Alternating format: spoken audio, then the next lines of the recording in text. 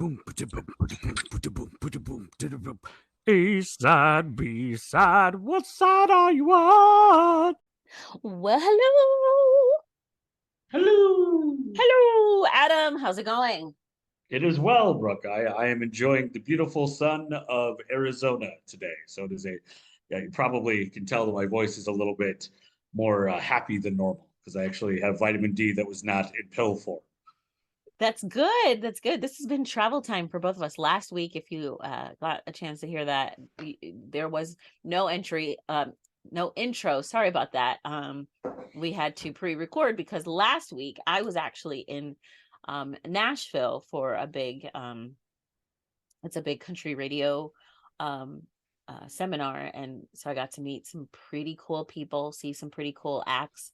um like I, I don't know, I can't even say who my favorite was, but um like one of But the you nights, met so many people that it's like it's hard to pick. yeah, I literally met so many people, and then the people I didn't meet, I got to see so many amazing performances. It was just like a 3-day concert with like some educational uh classes, panels thrown in. It was just nonstop. It was a thrilling, amazing time. Um One of the best parts of it was the UMG, Universal Music Group. They had a lunch at, so it was kind of like take a sandwich and a soda to the Ryman, or they give it to you while you're at the Ryman. I couldn't eat the sandwich, obviously, but it's fine. I Right? still had a great time. And they had a lineup of all their, like a bunch of their Universal Music Group acts. So it was like Brothers Osborne, which congratulations, because John Osborne and his wife just had twins. Um, like a week away, a week off from that. Like Oh wow. Tyler Hubbard, who was in Florida Georgia Line, who's now on his own, he was there. Parker McCullum, and Parker McCullum did like this really funny skit that was a play off of the whole Oscar thing from last year. It was pretty funny because that's kind of like Mhm. not in his personality. Um, Brad Paisley, who just signed over with UMG, was there and performed, and Darius Rucker, Vince Gill. I mean, you got like did I say Sam Hunt? Um, there was just so many people at this lunch, and then at the end of it they all come back on stage and sing Purple Rain, and then Brad Oh, Paisley shreds on the guitar. It was phenomenal. I didn't even like. I didn't see Brad Paisley in any of the pictures that you said, but he would have been the one that I would have been most excited to see because I love Yeah, that guy, I need to and post. he's really good buddies with William Shatner. Is he? Yeah, because their wives are like best friends.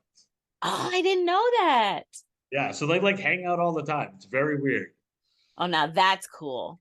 That's cool. But Brad Paisley has got a great personality, and like I said, when he played the guitar solo, and I will post that on my Facebook, because it was just awesome. Like, I don't think that people really get to see that side of him, like shredding like that on the guitar. Yeah, And yeah. I mean, man, he definitely he plays it a bit in the country, but like he could go full on like rock and roll lead guitarist. He has the chops for it. it was awesome. So that was fun. And then there was the Lainey Wilson bell bottom um bell bottom party that was like for set, it was 70s, 80s, 90s. So Broken Bow, they had a bunch of their different artists come up and perform one song a piece, but they all performed a song from the 70s, 80s, and 90s. So you had like Parmalee doing Usher, you had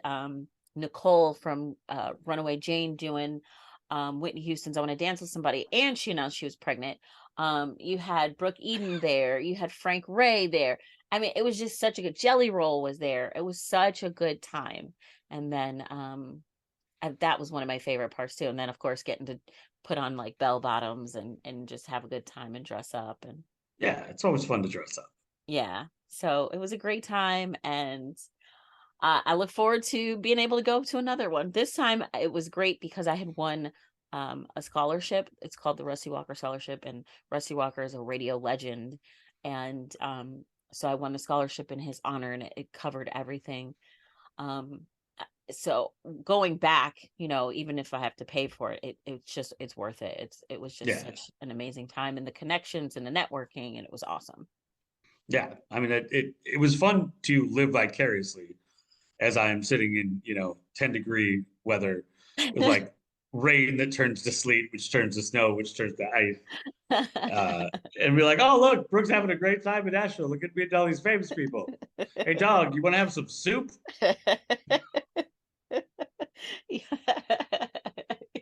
Yeah. But it was really fun. It was cool because every day it was like you said, you were going from dawn until well after dusk. Yeah. Yeah. And there were so many pictures and so many fun stories. And I mean, just I'm sure it's one of those things that just keeps lending itself to more and more. I mean, it's way cooler than going to like a real estate conference, which my I've done before. my boss, because she has to go to like DC to like talk to the representatives about radio, and she's Mhm. like, I get to go to DC and talk to representatives, you get to go hobnob with the stars. Yeah. I mean, I get to hang out with, Memphis #1 realtor and you get to meet country stars. So nothing Yeah, against Memphis. It's a great town. nothing against Memphis at all, but yeah, so there's that. And so I didn't get to watch much TV or movie wise. Now I did see the season finale of The Last of Us, Mhm. which is so good. That whole series is just the HBO knows how to do a show. Yeah. They And I really mean, do. maybe we should have just waited for HBO to do a video game adaptation because no one else has really figured out how to do it, and they seem to have done a very good job Oh my gosh, of making they it like real, yeah. real good.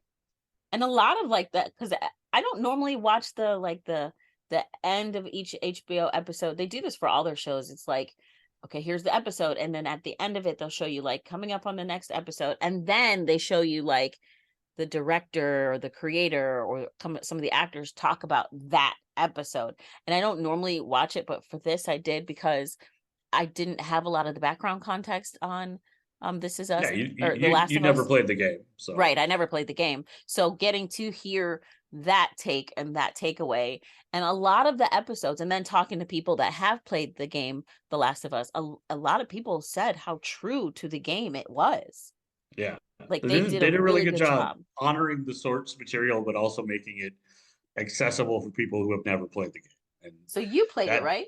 yeah, I have it on PS4, the remastered edition. So I don't know if that I because that's what I played. I don't know if that differs from the original, probably a little bit, but Hmm. yeah, it's hard to play because it's scary. Yeah. There's jump scares. That's not my thing, but it's also just the game itself is very engrossing, and the story brings you in. It's a lot more than just like you think of something like Resident Evil, where it's just okay, these monsters are coming to get us, hack and slash, fight your way through. There's not a lot of emotional weight to it. The game has a lot more there, but they did a good job of adapting it and making it accessible as well. So Yeah. I love that they do that little thing afterwards because that's kind of like remember we used to get DVDs and then like you'd get the movie, but then you'd also get the movie with the director's commentary Yeah. and like the Yeah. actors. And it was always like sometimes it was really cool because they would just basically sit them down. It's like the YouTube videos now, the reaction videos, but they would just sit them down with the camera and they'd watch the movie and they'd talk about the movie. And sometimes it worked really well, and sometimes you could tell that like they just didn't care or they were Hmm. drunk. And Right. sometimes it was Right. better. But I feel like we lost that with like everything streaming. We don't get those like deleted scenes and bloopers and as much as we used to, or at least as accessible as they used to be. So that's really cool. I love watching like Pedro Pascal and those behind the scenes, or even like on his Instagram, because his character is so intense, but he's just Mhm. such a fun guy. It's Yeah. just so funny that he is completely not his character at all. Well, and like even his character on The Mandalorian, or like anything that he's I think the character that he's played that is most like him is the uh unbearable weight of Oh, the Nicolas Cage one? yeah, the Nicolas Cage one, because he's like very kind of goofy in that one. Yeah. So maybe that's closest to his personality. But can we just get more of him for a while? Yeah, Because like the fact that seriously. we've got him in two series, but you really don't know that it's him in one of them because like in 3 seasons he's taken his helmet off once. So like it could be anybody in there, but he does such a good job, even like acting, like just basically just doing vocal acting uh, in the Mandalorian. So it's cool that he's on 2 shows at the same time. But I feel like we're all going to go into like withdrawal in about 3 weeks when Yeah, Mandalorian ends. We're gonna yeah, wait like who knows how long to get more Pablo Pascal. yeah. He's awesome. He's awesome. I did see Creed 3. I thought it Mm, was pretty good. Not pretty good. I thought it was very good, honestly. I thought it was very well done. And of course, it's the it's Creed, it's Rocky, it's Creed, but so yeah, obviously whatever, but I thought this storyline was very interesting, and I thought it was well shot, and I thought Jonathan Majors did a really good job as the I won't even call him the villain, the yeah. I mean, anti-hero. I don't yeah. know. I mean, I don't think that they're like other than like you know Dolph Lundgren, Ivan Drago in one of the Rockies. Like even in I the first must Rocky, like break you. yeah, I like even the first like is Apollo really a bad guy? No, not really. Right, They're right. opponents. Yeah, They're both trying to get the same thing. Jonathan Majors is everywhere right now. he is. He's really good. He's He's really very good. good, and like I think it'll be interesting to see like where because he's clearly got a whole career outside of the Marvel movies as well. Hmm. So I'm excited to see where that goes. But he's going to be in all the Marvel movies for like the next 2 years anyway. Well, well, I shouldn't say he started, but I just remember him kind of gaining some notoriety in Lovecraft Country on HBO Yeah, yeah. again. And he was phenomenal on there. And then I've just kind of seen him popping up more and more and more, which I'm here I approve of, because he's a really, really good actor. Well, and I think he's the new voice of the Army. Oh, is he? Have you seen that? Like he's got this big commercial for I think Army recruitment that's been running all through the NCAA tournament. Oh, And like he's like the I think he's going to be around for a while, like kind of doing like as the spokesperson type of thing, or maybe it was just for that one, but definitely it's focused on him, yeah. and it's a pretty powerful commercial, and it's everywhere. So Wow. it'll be cool to see how things change for him. Of course, I have watched a ridiculous amount of basketball in the Hmm. last week Hmm. because of the tournament, and that is some of the best drama. I was 12 out of no, I was 13 out of 16 for the first day, and I was very proud of myself.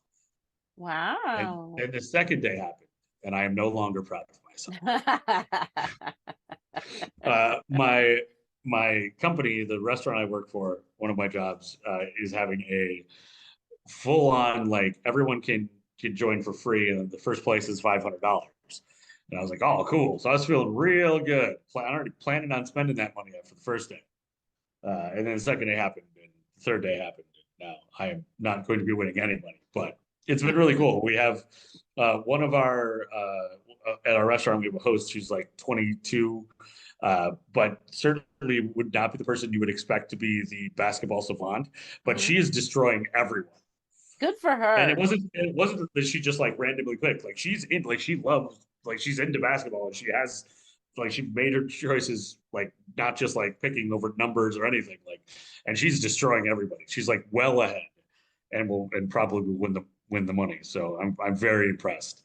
Also, it reminds me that I should never gamble because I'm horrible at it. Have you seen new season of Ted Lasso started? I have not, but I did have the wonder, like one of my goals. So I'm in Arizona visiting my parents. We're down here for spring training. They live there here. We got to go to 2 games on Monday and Tuesday. And then last night, because the game ended a little bit early because of rain, we sat down and my parents had never watched Ted Lasso. Oh, wow. So one of my goals for this trip was to get them to try it out. And I could tell they were like, we don't have Apple Plus, yada yada. So I'm up there like scanning the QR code, getting everything like set up so I can sign in, and we're watching it. And I'm like, just give it 2 episodes. And they're like, oh, okay. And I could tell halfway through the first one, I'm like, okay, they're hooked. So I Hmm. think we watched 3 or 4 Okay. last night. And so, but my parents are now absolutely hooked. So I wanted to get them up to speed before I moved on to season 3. Well, and the Uh, good thing about it is they're like such quick episodes. oh yeah, they're like 28 minutes. I mean, Yeah. it's like sitcom level, and they go quick and they're enjoyable, and they're like one of the reasons I really wanted my parents to watch it is it's an uplifting show. Yeah. Like it has its stressful moments. It has its drama and people you don't like and conflict, but like overall, you feel better about things after you watch it. And that's why I was like, my parents need to watch this show, just because the night before we ended up watching SWAT with Shamar Moore, which is fine, Mm-hmm, but I mm-hmm. don't, it's a CBS procedural drama, which I'm a big fan of NCIS, but these SWAT guys are the only people in LA that are police officers. Apparently, because they're everywhere. They do Like everything. every single crime scene. Yeah, they're investigating everything. They're detectives. They're crime scene investigators. They got the tech guy. I'm like, really, this is a lot to put on 4 dudes. Yeah, seriously. Can we Seriously. spread this? Don't we have an entire police force? It, No, it's a it lot of. was 5, and then the girl was like, forget it, I'm tired, and she left. Yeah, yeah. So I mean, it's just a lot to put on. I mean, I would too. It's a lot. You can't be the entire police force, Yeah. but even that, it's action is intense, and I was like, Mom, Dad, let's find something that's a little uplifting and doesn't leave you like gritting your teeth with drama and tension by the end of the night. I mean, the first episode we watched was like a hostage situation where a kid had been kidnapped, and I was like, good grief. We're just like rolling in with the heavy stuff. So I was like, tonight we're watching Ted Lasso. Yeah. We're gonna even the serious episodes of Ted Lasso are still lighthearted enough to where you're not gonna walk away stressed out. Yeah. I mean, season 2 gets a little rough when he's really going through it. Right.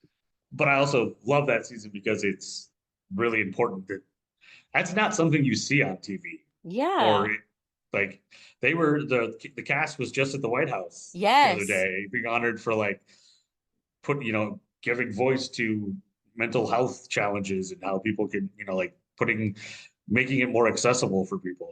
Yeah. I was like, that's pretty cool. And then, of course, Brendan Hunt on Instagram is just like all over the White House, like taking pictures in front of pictures, just everywhere on Instagram.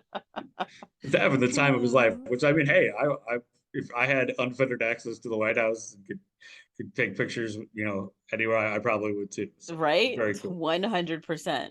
100%. So I watched the new Mandalorian. I've not seen the one from today, but last week's episode was really, really good. It was perfect in that it was designed for Star Wars fans who wanted to see like space fights, like the dog fights in space and the chase scene, and then all of this stuff that we saw more in Andor, which was like the politics and the attempt of the New Republic to deal with the people from the Empire and how do you integrate them back into society in this like subterfuge and politics and almost like a mind game sort of thing. It was really well done. But it was another one of those episodes where you're like, okay, basically what we're using Mandalorian for is to fix all the plot holes from the late recent movies, Mm-hmm. which makes sense because they can do it. But it was a Mandalorian episode where the Mandalorian was only in it for like maybe 5 of the 40 minutes. Right.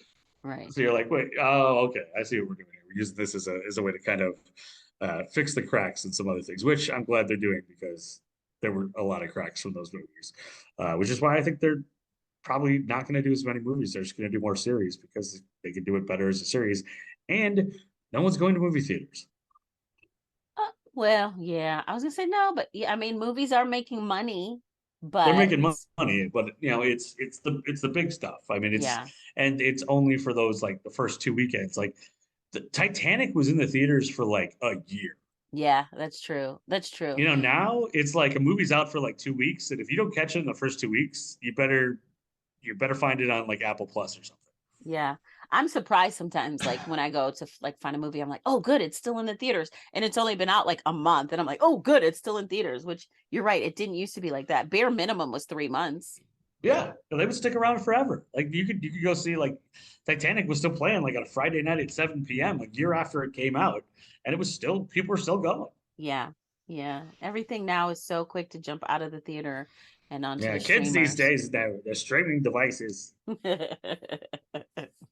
Nobody wants to just sit down and eat some popcorn and have your feet stick to the floor. Oh man. All right, so this week is episode 128, Adam. That means you get to start.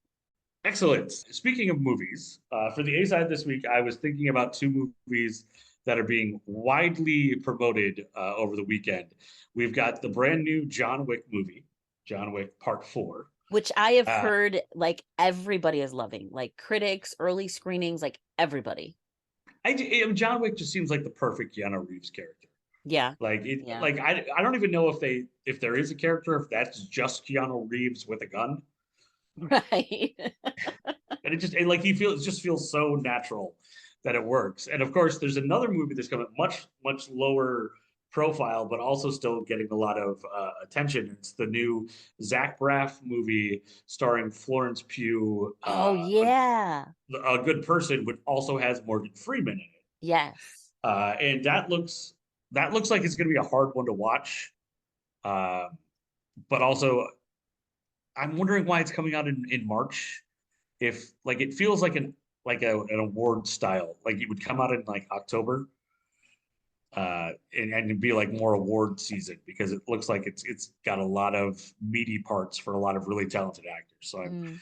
I'm curious to see how that one goes. But then when I was thinking of movies with Keanu Reeves and Morgan Freeman, that of course led me back to a movie from the mid 90s that probably no one else saw in the theater, but I was super excited about.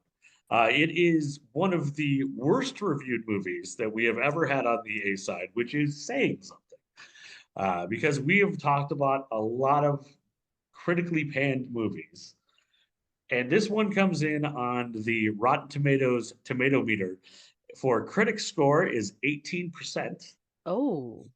Audience score is better, but not much at 27%. Ooh. And it is often referred to as the movie where Keanu Reeves plays a rocket scientist. He does not play a rocket scientist, but he does play a machinist who dabbles in science. And Okay. it was a bridge too far for a lot of people. So in 1996, mid 90s, we're looking for action stars. Speed has been a big hit. The Fugitive came out in 1993. It was a massive movie. Harrison Ford, Tommy Lee Jones, the writer and director of that, decided that he was going to make another kind of chase movie. And it was Chain Reaction with Keanu Reeves, Morgan Freeman, one of my favorites of all time, Rachel Weisz, Fred Ward, Kevin Dunn, and Brian Cox, the guy from Succession, who has been in so many movies throughout his life, written and directed by Andrew Davis. And I remember this movie when it came out because it basically revolves around Keanu Reeves running for his life for the entire movie. And there's some science that doesn't make any sense whatsoever. It's about a bunch of scientists that find a way to make clean energy from hydrogen out of water, which I don't understand because I'm not a scientist, but all the reviews say it's not possible or doesn't even make any sense. And the word chain reaction talks about fission, not fusion or something. Oh boy. And at one point, the Morgan Freeman says there's enough power in this glass of water to power Chicago for a week. And you're like, okay, that's really impressive.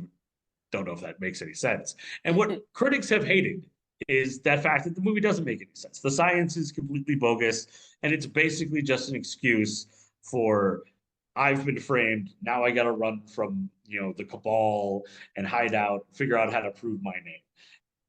And everyone gets hung up on the fact that the science doesn't make sense, but it's a movie. We don't Mhm. have laser swords. We don't have like wizards and hobbits. Like it's a movie. It's made to be make believe. It doesn't have to make sense. If they called it Chain Reaction, the documentary of how to solve world energy, that would be a different thing. But it's a movie starring Keanu Reeves. You know it's not going to make sense.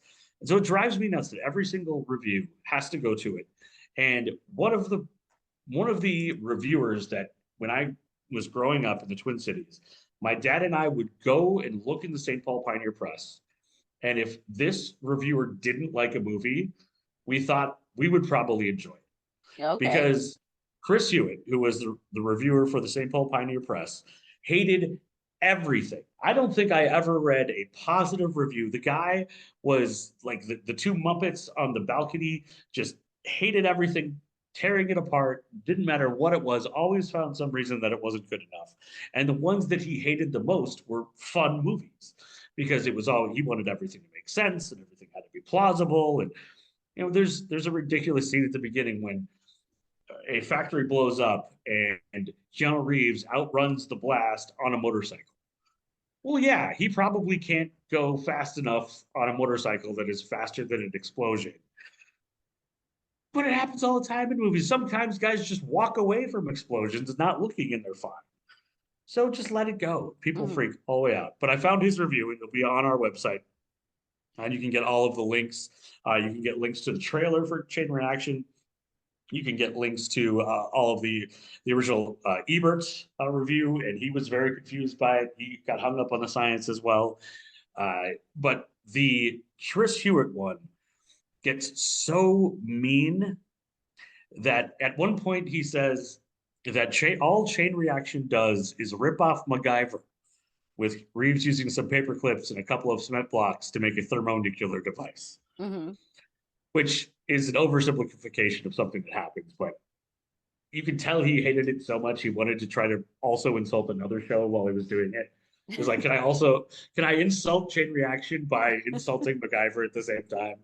Uh, so Chris Hewitt, not my favorite reviewer, but he was our canary in the coal mine. If my dad and I saw that he didn't like a review, we would think that we probably would enjoy that movie. The more that he disliked it, the more that we would probably enjoy it just as a movie and a fun thing. So Chain Reaction, which came out in 1996, a spiritual successor to The Fugitive. It's a chase movie. It has a fairly good performance by, Keanu Reeves as a guy running for his life. Rachel Weisz is always good. You've got Morgan Freeman playing that sort of is he a good guy or is he a bad guy, which he does very creepily well. Yeah. Brian Cox is obviously a bad guy. Right away, you knew that.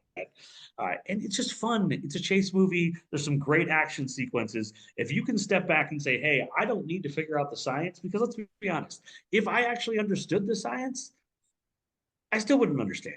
If the science was in the movie actually was correct, I wouldn't know any difference. So just willing suspension of disbelief. Enjoy the film. Watch Keanu Reeves run for his life. Rachel Weisz is great. Morgan Freeman, is he good or bad? And you will have an enjoyable couple of hours. And it's much better than 18% or even 27% if you can step back and say, hey, it's a movie. It doesn't have to make sense. So check out Chain Reaction. And this is where I drop the bomb. Not available on any streaming platform. So What? you'll have to pay $3.99, or you might have to find somebody who has it on DVD. Which you have? I believe I do. Yes. If I don't, my father does. So between the two of us, one of the Weingarten people has it on DVD. You can either borrow it in Minnesota, Wisconsin, or Arizona. Okay. All right. Is that the A side? And that is the A side. Well, this week on the B side, I found my story like I have quite a few lately as I'm laying in bed trying to fall asleep on TikTok. I saw this Okay. a couple of days ago and I was like, "Oh, I have to look into this story." So this is the story of, well, Daniel Halseth. So Daniel Halseth and his wife Elizabeth, they end up meeting and they get married March 16th of 2001, and everything seems to be peachy keen. They have like 3 kids together and life seems to be good. Well, Elizabeth, his wife, the wife, she ends up running for she runs for state senate of Oh wow. Nevada. The family lives in Nevada. She runs as a Republican for Nevada State Senate and ends up winning. And she serves in the Nevada State Senate starting in November of 2010. She's actually the youngest woman in Nevada to ever have been elected to the Nevada legislature. So she runs, she gets a seat in 2010. Well, in 2011, there's some problems in the marriage, and Daniel is actually arrested because Daniel finds out that there's a person that has been working for Elizabeth and helping her like on her campaign, and then they work together in the Senate. Well, Elizabeth and this person get really, really close. This person's name is Tiger. Mm. So Elizabeth and Tiger get really close and are having an affair. Well, Daniel finds out about this affair and he confronts Elizabeth, and it gets really, really bad. So bad, in fact, that he's arrested for gross and lewd behavior in a fight based on this affair. So basically, the police show up to his house, and Elizabeth tells them that like he has become very controlling and that he is trying to force her to have relations with him, saying that, you know, it's based on the Bible, and if you don't submit, that I'm going to destroy your life. So he's arrested, and he's charged again with gross and lewd behavior. He ends up serving some time, and after he gets out, he and his wife, he files for divorce. He and his wife get a divorce. She and the guy that she was having an affair with, Tiger, they end up getting married, and she and Tiger and all of the kids moved to Alaska. Dang. Yeah. She also had ended up resigning after the divorce. She ends up resigning from the Nevada State Senate, saying that, you know, she's a single mom and things were just too hard. So she only served from 2010 to 2012. Also in 2012, she shows up in Maxim's Hot 100 photo contest in a bikini. She didn't win the contest, but I guess she did end up getting some great bikini photos out of it. I don't know. Yeah, that's a bold choice. I'm gonna leave the you know being a politician and become a model. Yeah, Hey, more sure. power to you. So again, after all of this, her and Tiger, they get married, they move to Alaska with the kids. Well, some years later, they move back to Nevada.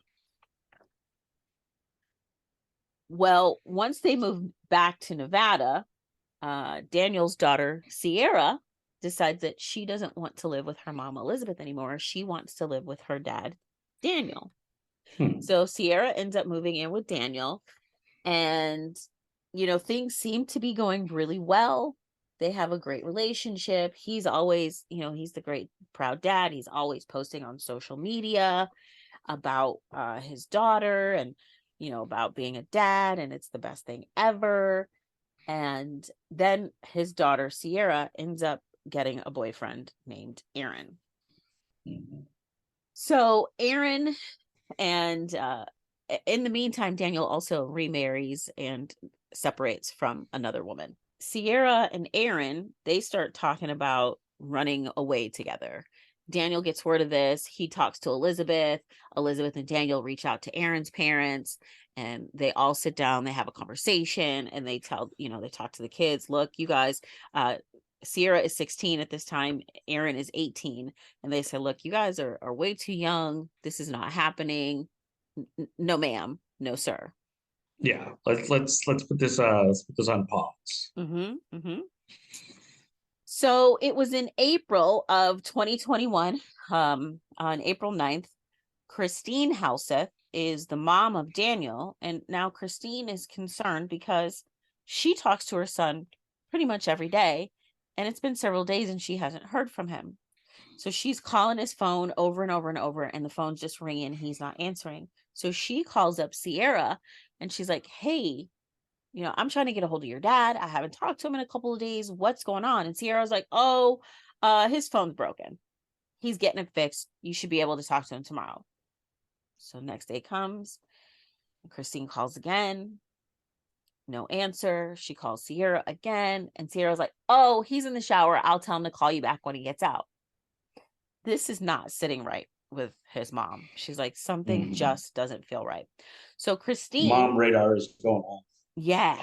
So Christine calls a woman named Peggy Newman, who is Daniel's friend and landlord. So Peggy drives over to Daniel's house and she finds the front doors open. So she goes inside, and as soon as she walks in, they say that the smell of death has a very distinct odor. And as soon as Peggy walks in, that's what she smells. She goes through the house and she's calling Daniel, but nobody's responding. So she leaves the house immediately. She calls 911.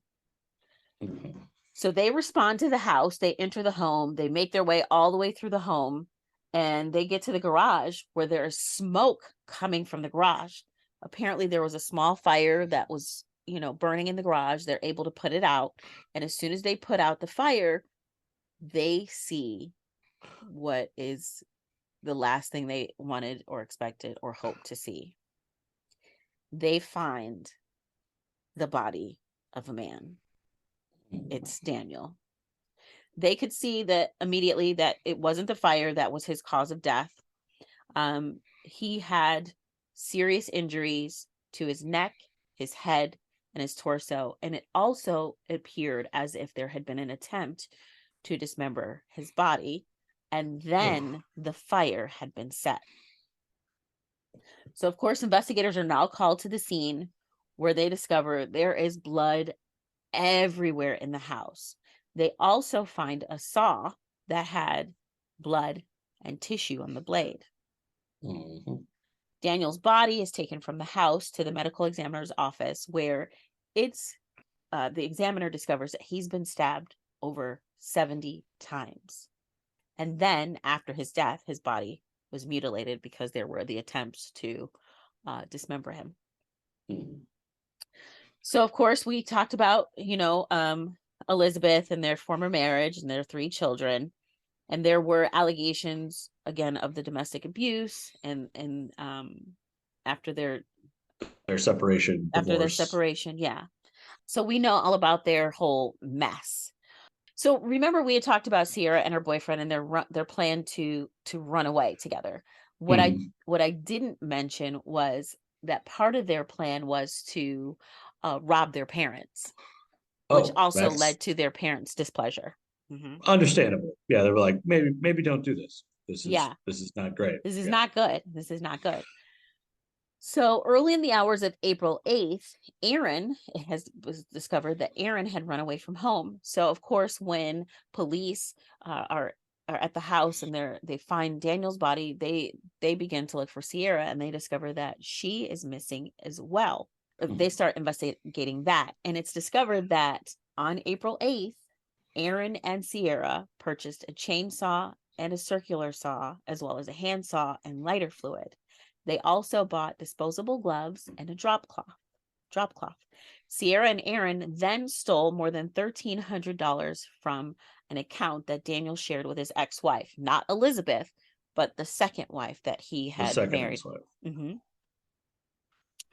So we know now that it is Sierra and Aaron that are responsible for Daniel's death.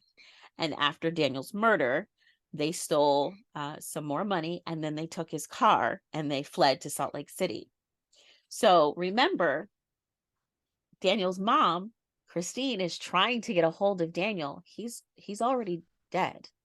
Right. So these kids messages, lying about it. Yeah. So she's like sending messages like, "Hey, Sierra, I'm trying to get a hold of your dad. Where is he? His phone, Sierra's like, his phone's been acting up. All of this is happening, and he's already dead." So they're on the run, and this video is actually part of a what do they call it? A stitch on TikTok, when like one person has a video and then somebody else attaches their video to it. So while they're on the run, on Sierra's cell phone, they record a video, and in the video, the two of them are laughing and joking. And she's like, "Day 3 after you commit murder," and it's like, "Don't say that." They're lying together. They're in a tent, and it's like, I can't believe they have no concept of what they're, no guilt. Yeah, no, it's all a joke. Remorse. It's all a joke. It's all fun and games. Yikes. So April 13th, Sierra and Aaron are stopped by transit officers in Salt Lake City after they got off a light rail in the downtown area without paying for their tickets. The light rail, like Mhm. the monorail. Yeah, The they'll catch it. Oh yeah, they don't play about that. You know, you don't jump the trains now. No, they'll find you. So the officer runs a background check and discovers that these two are wanted, and they're wanted for murder. So they immediately call police, who arrest the couple on the spot. They track down the couple's car, the stolen car, where they discover a bloody rug. Then they get Sierra's phone, where they find this video, which is essentially the confession, where they're talking and they're laying and laughing about, it's been 3 days since murdering someone. Yeah. In Las Vegas, a teenager 16 years or older is automatically charged as an adult. Oh, So fair enough.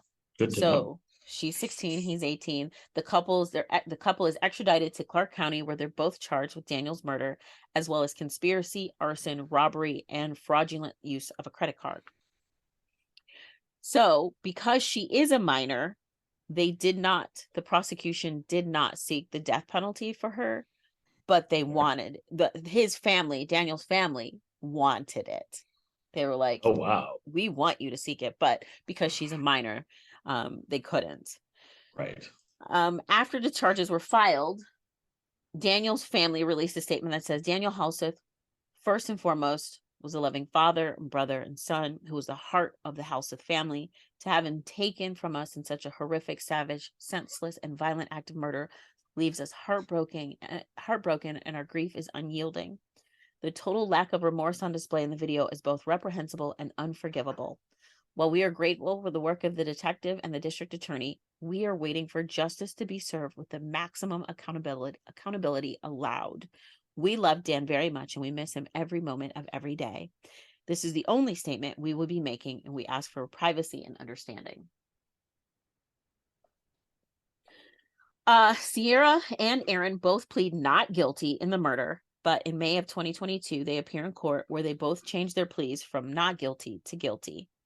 They pled guilty to 9 counts, including murder, arson, and robbery, and they're both sentenced to life in prison with the possibility of parole after 22 years. And they both were ordered to pay restitution of $5,000. Sierra has come out and she says that she has come out and said that my biological father has traumatized me. I have trauma that I still have to work through every day. This is a statement she was reading while addressing the judge. She alleges that her father abused her sexually and physically and pushed her to drink alcohol. Aaron Guerrero, he addresses the judge and he apologizes to the Halseth family.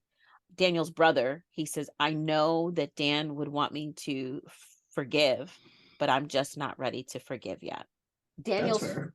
Daniel's family, in the obituary, they leave Sierra out. The obituary reads, Daniel Wendell Halseth, born in Estacada, Oregon on January 28th, beloved son of Wendell and Christine Halseth, died suddenly on April 9th in Las Vegas, Nevada. Daniel, a graduate of Hood River Valley High School, who earned a Bachelor of Music at Western Oregon State University, had a talent for music, which he shared whenever there was a set of drums or a piano nearby. Because of his energy and talent, Daniel became fondly known as Drummer Dan. Daniel also graduated from Corbin University with a master in business. Daniel lived in Addison, Texas before returning to Las Vegas. It talks about how he enjoyed the outdoors, and during walks, he would always stop and take pictures and videos of everything nearby. He'd always say, stop and smell the roses. And it says Daniel is survived by his mom, Christine, brothers Ben and Tom, Michael, sister Leslie, 2 loving children, Dana and Jordan, nieces and nephews, Sammy, Rowan, and Brody, and countless cousins and relatives. He was preceded by his father, Wendell Halseth, and brothers Gerald and Timothy Halseth. So you can see it says he has 2 loving children instead of 3 because Sierra was left out of the obituary. Yeah, jeez. Not But where I was thought this was going when we started with the mom moving to Alaska.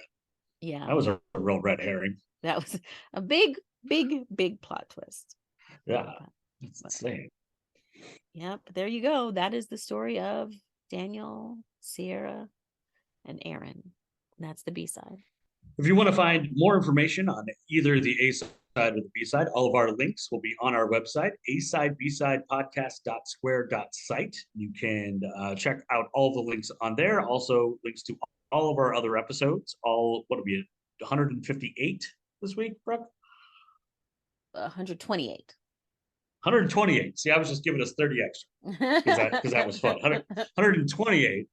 And of course, when you're on our website, if you would like to subscribe to us on any of the platforms, whether that be Apple Music, Spotify, Stitcher, any of those, you can click on all of those, follow us on there, like, subscribe, rate us. That'd be super awesome. You can also follow us on Facebook, Instagram. We've got a Patreon as well. We've got a YouTube channel. One of the cool things about YouTube is we've got YouTube Premium. You can just open it up the app, and then you can still do other stuff, and it'll play in the background. Real nice. I like that a little bit nicer. We've got merchandise as well. You can buy Brooke a coffee because she's going to have to edit all of this together, and so that means that on Thursday she doesn't really sleep for entire 24 hours, so she needs a lot of coffee. We definitely could do that. And anything that I've missed. No, I think you got it all. Excellent. And I look forward to next week in episode 129 or 159, depending on how I want to call it. Depending on how you're counting. Exactly. Yeah. All right. Thanks, Adam. Thank you, Brooke.